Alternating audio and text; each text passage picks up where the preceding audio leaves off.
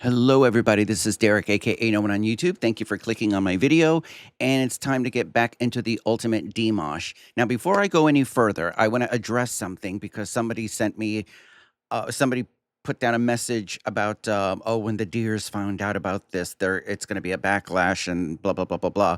So, if you have not watched my video about my channel going forward, please watch it because I explain my position um, in that video because there are the greedy record labels that are going after reactors. There is a war between these greedy record labels and publishers versus reactors. Okay. What reactors make like through ad revenue is not that much. Okay. So it's not about the money, it's about the principle. So I said in that video, any video moving forward that first, if it gets copyright claimed, hold on one second. I said, if it gets copyright claimed, then I'm going to dispute it. If they release the claim, awesome. Then I'll upload it to YouTube. If they still reject the claim, because by law, I can use it according to fair use, because as you guys know, I'm always pausing, I'm always giving my opinion, I'm always like analyzing something. Um, and you doing it for educational purposes as well as entertainment. You can even do parody, if you want to make fun of something according to fair use. So that is the law. So if these greedy record labels want to take the measly $20, $30 out of my pocket that I may make on that video, and they still reject my dispute, I'm not putting it up on YouTube because I'm not going to let those greedy jerk offs take the money. And so those videos are going to go to Patreon. Okay. Now, um, part one of the ultimate Dimash guide at first got a copyright claim. I disputed it, and I swear it came back like that they were rejecting the dispute. And at that point, I was like, you know what? Everybody already enjoyed part one. So I'm just going to do from part 2 to 10 on Patreon only. But here's the thing. After I did the Ultimate Guide Part 2, I uploaded that on YouTube, got the copyright claim. I disputed it because of fair use, which is the law. And they came back and said they rejected the dispute. So I put Part 2 up on Patreon. But then something happened. And then with Part 1, they released the claim and I am able to monetize the video. Now, someone said, well, even Lilasi, who made the videos and put all this work in, she's not monetizing it. Great, good for her.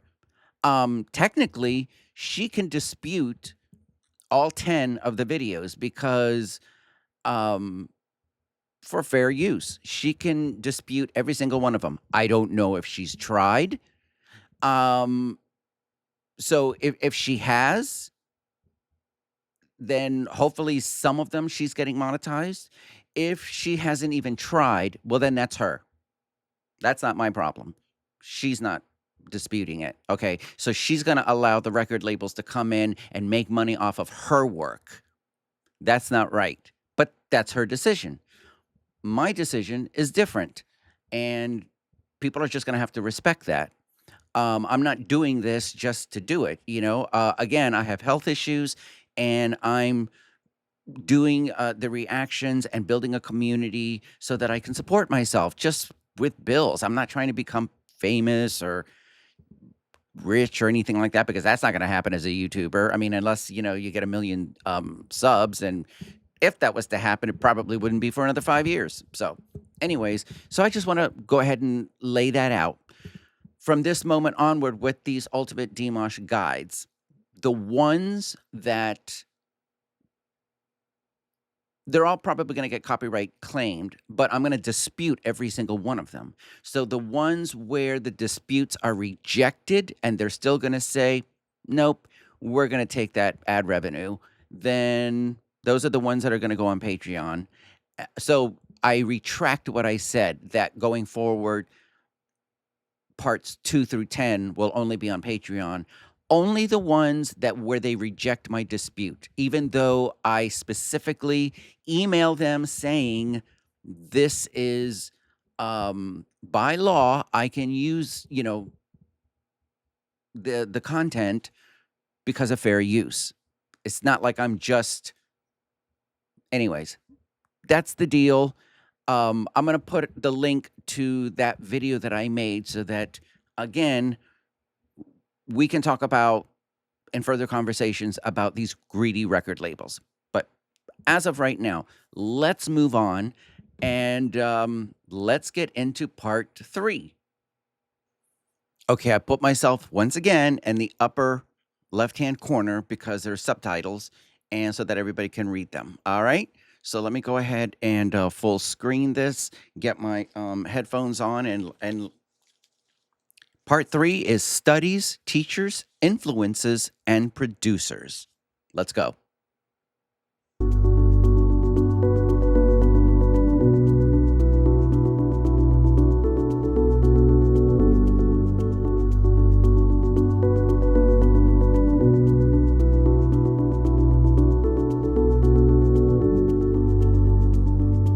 Record labels.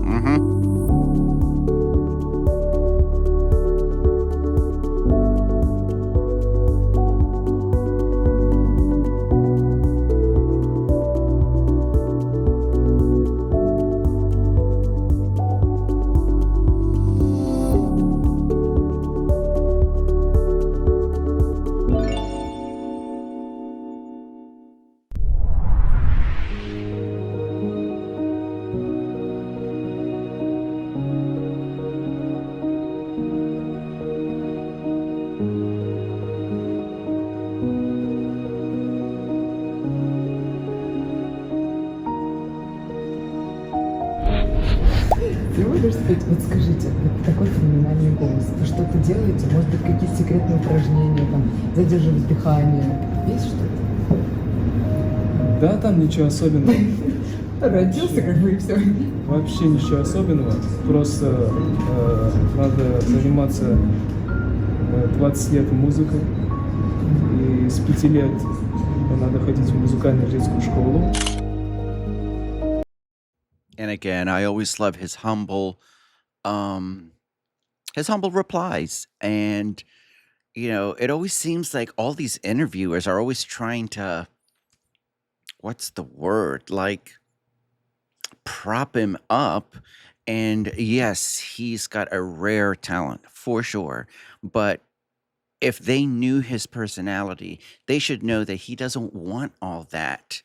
But again, but a cute little picture, right? But again, he said, "Hey, I've been doing music for 20 years. Um, I started taking piano and singing lessons and stuff like that." So instead of saying, "Oh yeah, I was gifted since the womb," but he's not that type of dude. So he's going to, in a tactful way, let the interviewers know, as I've already seen in parts 1 and 2, that listen, I mean, he's going to say there's nothing special. We all know that there is something special, but he's saying that because he doesn't want that. He doesn't want that kind of a spotlight. Um, but anyways, let's keep on going. I just wanted to pause that because I always appreciate that about Dimash.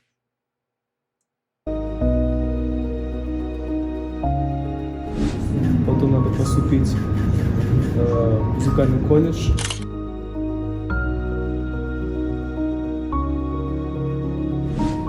Потом надо поступить в консерваторию или в академию искусств.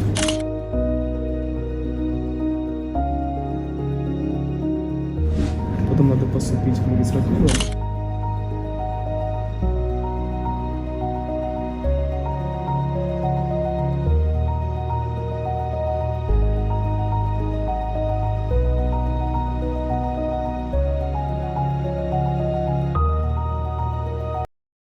Yes, that was a tough time for all of us, but that's good that he was able to would take that class online, and he received the highest grade. So that's awesome.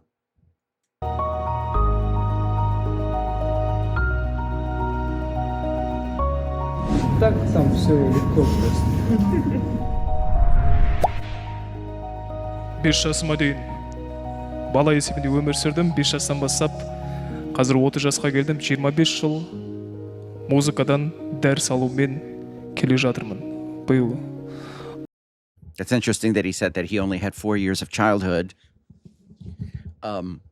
Obviously, he was a child from 5 up, but in the sense of he was already working and training, studying. He knew what he wanted early on. And, as we all know, that his parents were already in the entertainment industry. So from birth, from the womb, he already had it. Музыкадан дәріс алумен келе жатырмын биыл. Докторлық дәрежемді қорғаймын.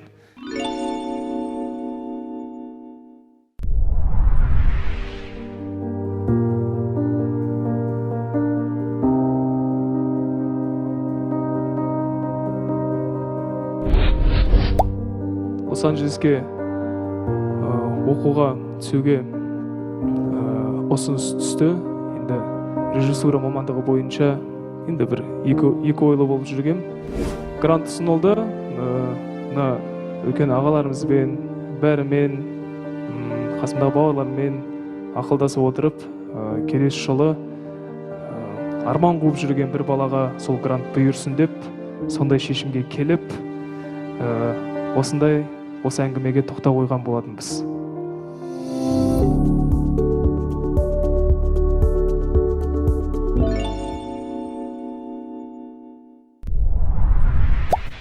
Лучиано Паваротти деген үлкен атақты опера әншісі әлемнің номер 1 дауысы бола тұрып, номер 1 теноры бола тұрып, өлгенше жасы 70-ке келгенше мұғаліммен дайындалған. Өйткені сырт жақтан құлақ керек. Адам, әнші өзін ешқашанда дұрыс естімейді. Оған әрқашанда дауысы әдемі болу керек. Вокалмен сол бала кезден шығармашылықты әбден тоқтатқанша дейін айналысу керек. Неге десеңіздер,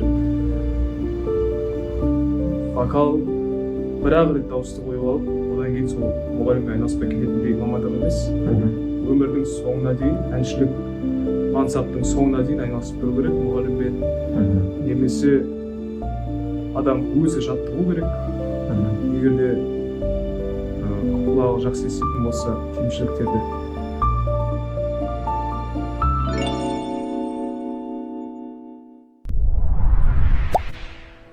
Есімде соны 99 немесе 2000 жылдары 4-5 жас шамасында мен Ахмет Жұбанов атындағы Ақтөбе музыкалық колледжінің жанынан құрылған балалар мектебі бар.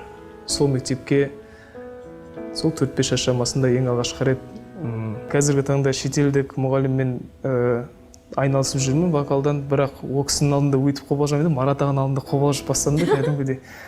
Өлеймін, ағайдың бір кәдімгідей мысы басады әлімге дейін.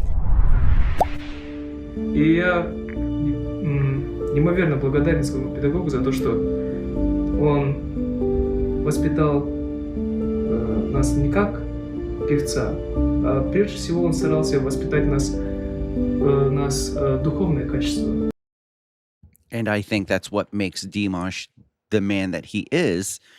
Obviously, he was surrounded by amazing mentors and teachers, and not just in school, not just for music, like he's saying, but they cultivated this spiritual character in him. And that's where a lot of his activism comes from. That's where a lot of his thinking,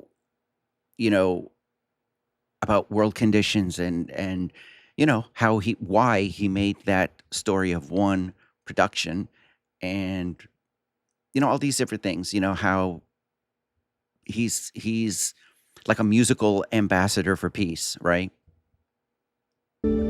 Человеческие качества. Он всегда нам говорил, что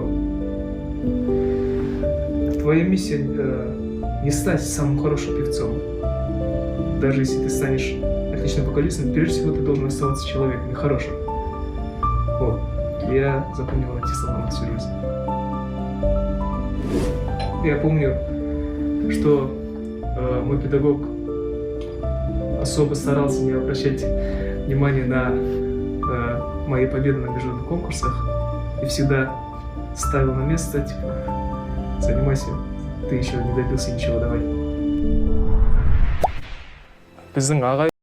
See, that's a good teacher because despite how extremely skilled and talented that Dimash is and was at that early age, the teacher wasn't going to cater to his ego because what the teacher needs to do is to bring out your best. And it's always about challenging yourself. And it's all about, I mean, why do you think he's where he's at now? So a good teacher is going to challenge you. It's going to make you bring up things from the inside that you didn't even think you had. So the enormous skill and talent that he already had naturally was continued to be built on and developed. So very good. Ты еще не добился ничего, давай. Біздің ағай, Марат ағай, ешқашанда баланы асыра сілтеп мақтамайтын ешқашанда. Байқаулардан келіп жүргеннен кейін ағай маған 4 қойып бастады экзамендерге.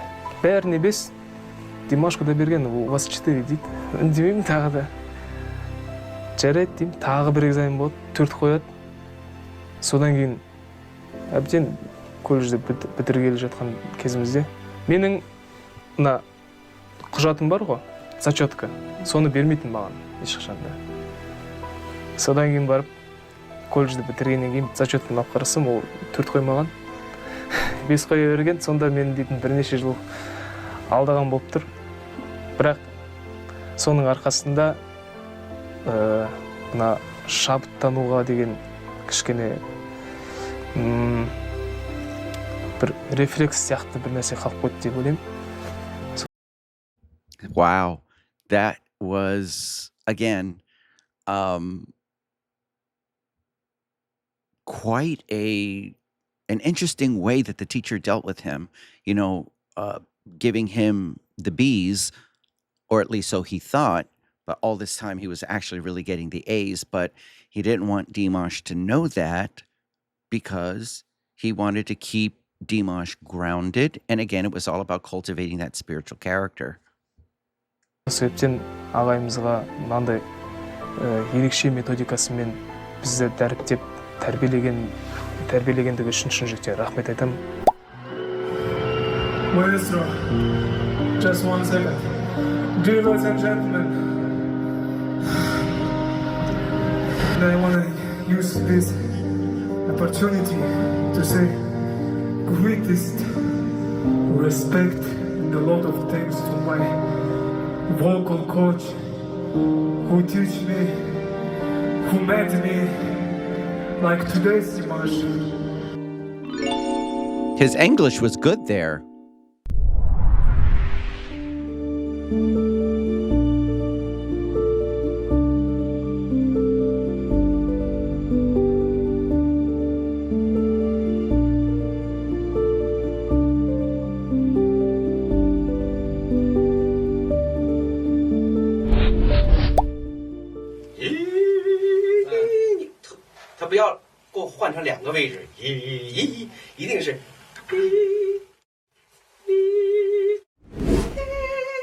No.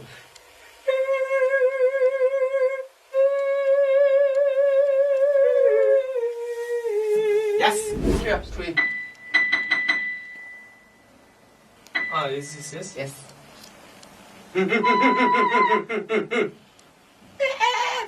手扶在这儿 ，Go。How insane was that? But again, the teacher pulling the best out of him, you know?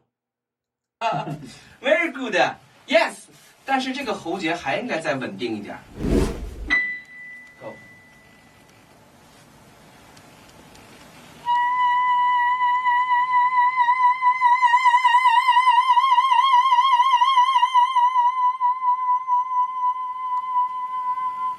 Okay。Very You know, remember, he was talking about sustaining a single note. So being able to not just sustain it, but to make it, start off and then bring it into a crescendo and bring it back down, all in one single sustained note. That's a fantastic teacher. And again, cultivating his spiritual character and cultivating his singing technique. He's covering the physical, the psychological, the spiritual, mental, emotional, the whole 9 yards. very very good. Yeah.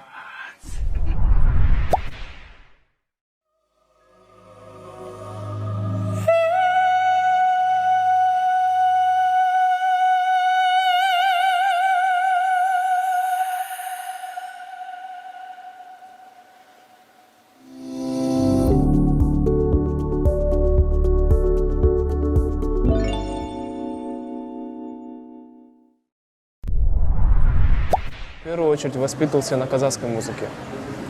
Я горжусь тем, что у меня хоть и академическая вокальная школа, но меня обучал казах. И все равно есть какой-то момент, где проскальзывает именно моя казахская сторона в моем пении.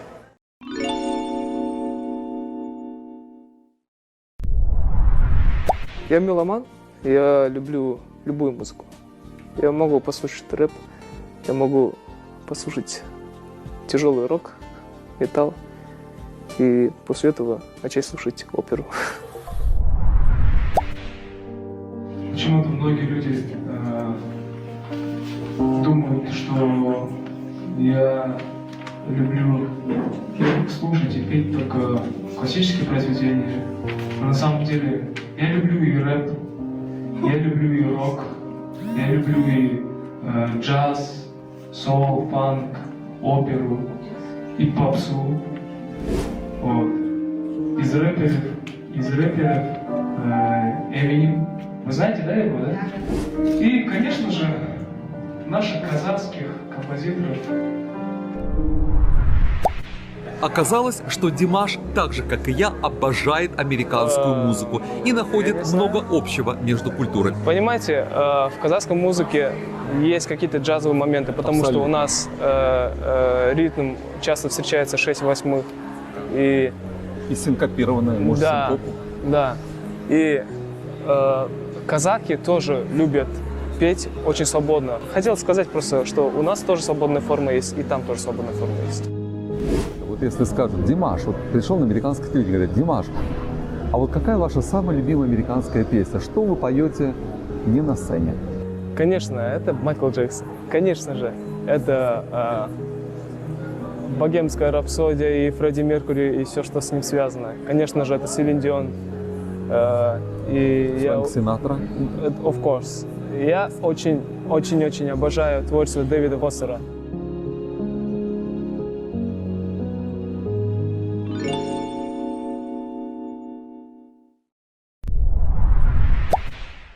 Майкл Джексон, Селин Дион, Лучано Паваротти, Андреа Бочелли. Олар бул жарамай мен.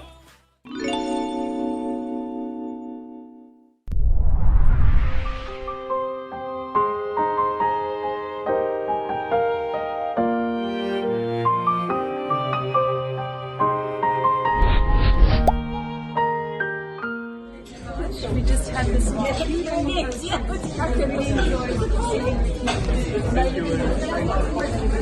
Really, I dreamed about this moment from my child. Yes. We do it again, okay? Okay. Again? Yeah. It's a legend.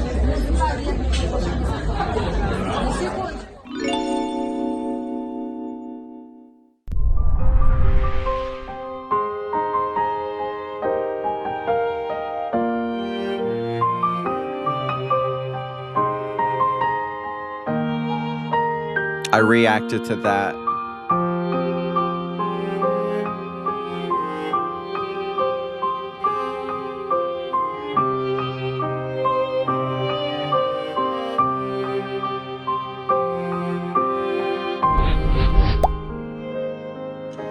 Yeah. My grandson discovered you. Really? In Budapest, my dreams come true because all my life, from my childhood time, I had a dream to meet with Plácido Domingo and to work with him together. And when I was 5 years old, I had a VHC with his concert. So I come to music because of him.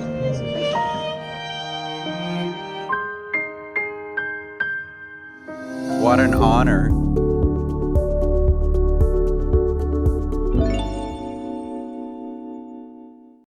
Yes, as I was saying, record labels can suck, especially the major corporate ones, for sure.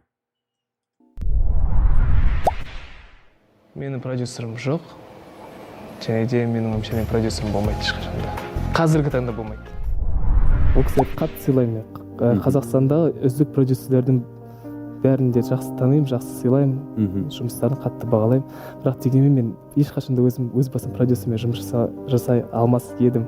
Өйткені кішкене ғана кикілжің қасиеттерім бар. Өйткені біреу осы әнді айт, мына киімді ки, осындай бағытпен жүр деп айтса, мен оны тыңдай алмайды екенмін. Жүректен шыққан қалауым қандай, сонымен ғана жүретін адаммын, сол себептен. And that's the way it should be with all these artists. And many artists will compromise. And then there's a lot of artists that will not compromise. There are those that are just rebellious in a good way, like realizing that, hey, this is my art, and you're not going to dictate what I do with my art. So, or even my integrity. So, I appreciate him. Сөзін шыны керек. Көбісі тыңдағанды ұнатпаймын.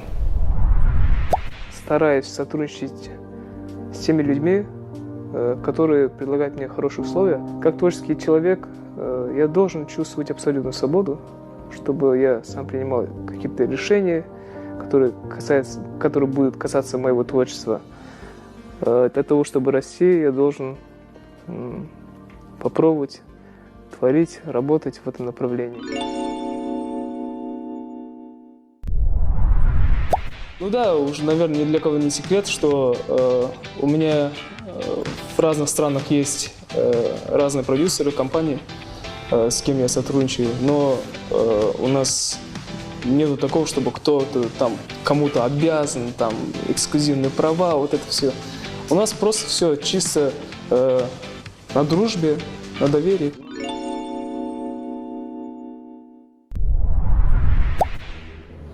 С Игорем Яковлевичем у нас некоторые почему-то думают, что у нас есть какие-то контрактные обязательства. У нас просто все на доверии. Он пишет песни, я исполняю. Я работаю с двумя лейблами. Вот. Это в Китае, в Америке. Но я, как говорится, сам себе хозяин. Мои права никто не ущемляет.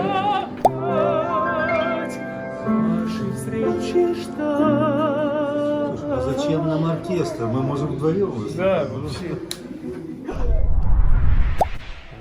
I managed to be on my own all these years. I didn't belong to any producer in the world. I work at one partnership level with a label in China, and I made the music I wanted to make.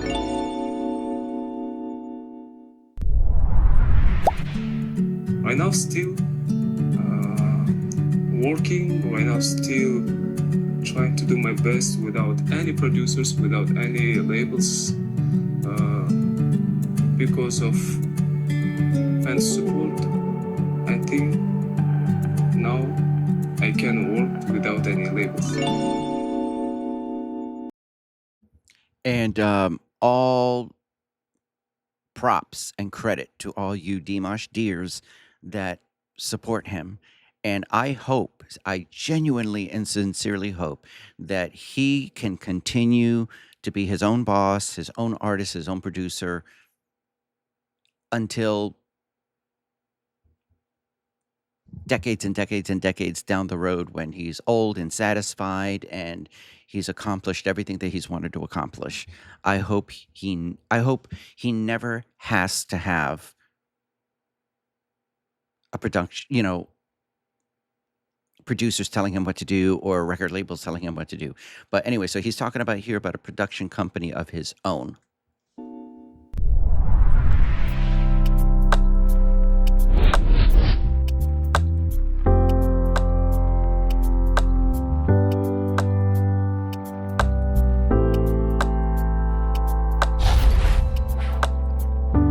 Dimash Ali.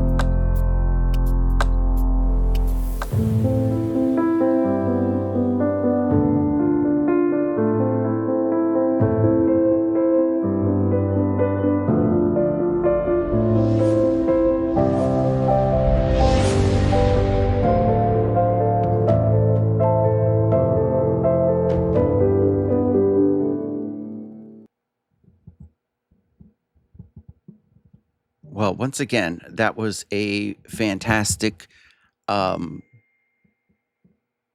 video that was put together by Lilasi, and I do hope that she will dispute any copyright claims, and I hope that she gets what she deserves for putting that together. I hope that she can, um, you know, get the video monetized.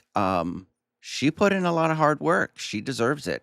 But she also has the right to say, I don't want to go through all that. So um, I respect her. And that's just the bottom line. So I'm going to go ahead and try to get this uploaded. And like I said, if it gets copyright claimed, I will dispute it because I'm going to fight to get this up on YouTube. And if they reject the dispute, then it's just going to go straight to Patreon. And then we'll see what happens with part 4. We'll just take it as it goes, So if some are on YouTube where others are not, obviously that's why. So I'm going to have the link to the original video, Lilasi's video, in the description, as well as all of Dimash's socials, and in the description as well. If you like this video, I hope you press like. I hope that you will subscribe. I hope you will press the notification bell, share the video. You can also, if you want to make a request, use the PayPal and the Buy Me a Coffee link in the pinned comment down below. And I hope that you will also, in the description, you'll see links to my Instagram, Patreon, and Discord server. And I hope that you can join me along over there. So everybody enjoy the rest of this evening, and I'll see you in part 4.